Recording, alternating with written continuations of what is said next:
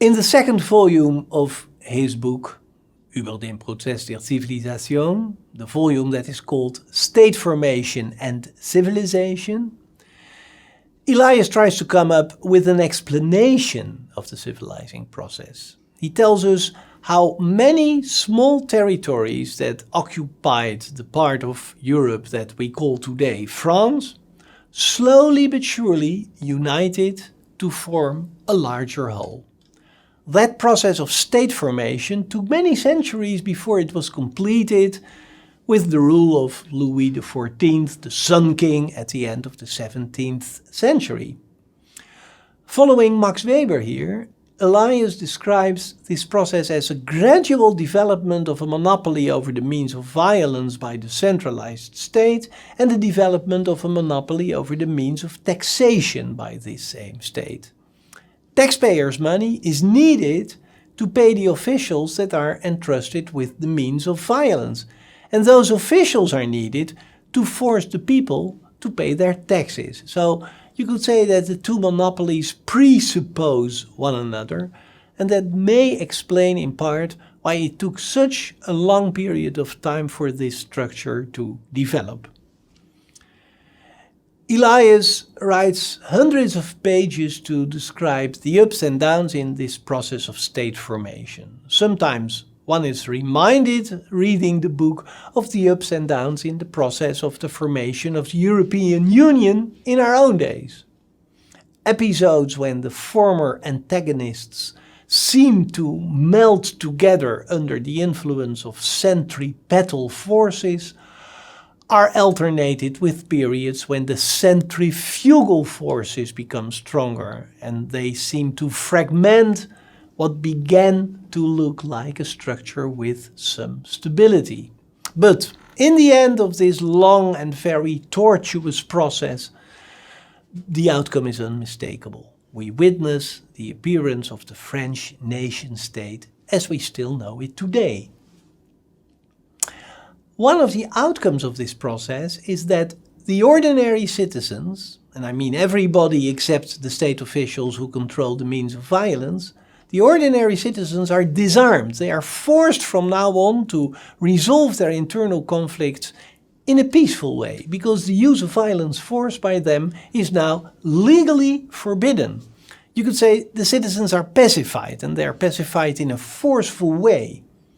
And again, this external force to stay away from violent solutions becomes, after some generations, internalized. People develop a sort of non-violent habitus. When they are confronted with acts of violence, they are shocked, they are dismayed, they feel embarrassed, ashamed.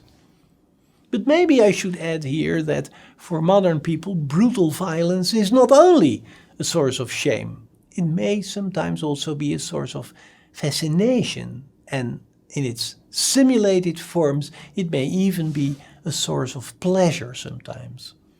Our contemporary popular culture, you know, the box office movies, the computer games, the most popular video series, they all testify to that, ambivalence, repugnance of violence, and at the same time a kind of fascination with violence. But one thing is certain, and that is that in everyday life people learn to situationally control their innermost aggressive impulses. They are not allowed anymore to react with violent means.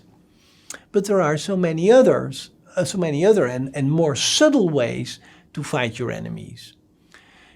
Using the discoveries of his former book on the court society of Versailles, Elias now describes how the courtiers succeeded in outwitting their adversaries under the new conditions.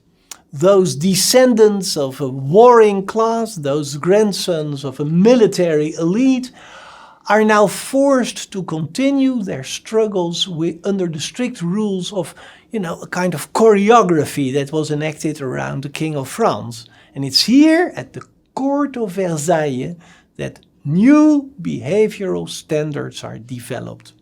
The highest prizes now are reserved for those who know when you have to hide your aggressive feelings and when you can outmaneuver your enemy. It's like a game of chess. You must foresee the moves of your adversary, even before he thought of them. You must be strategic. You must be extremely rational.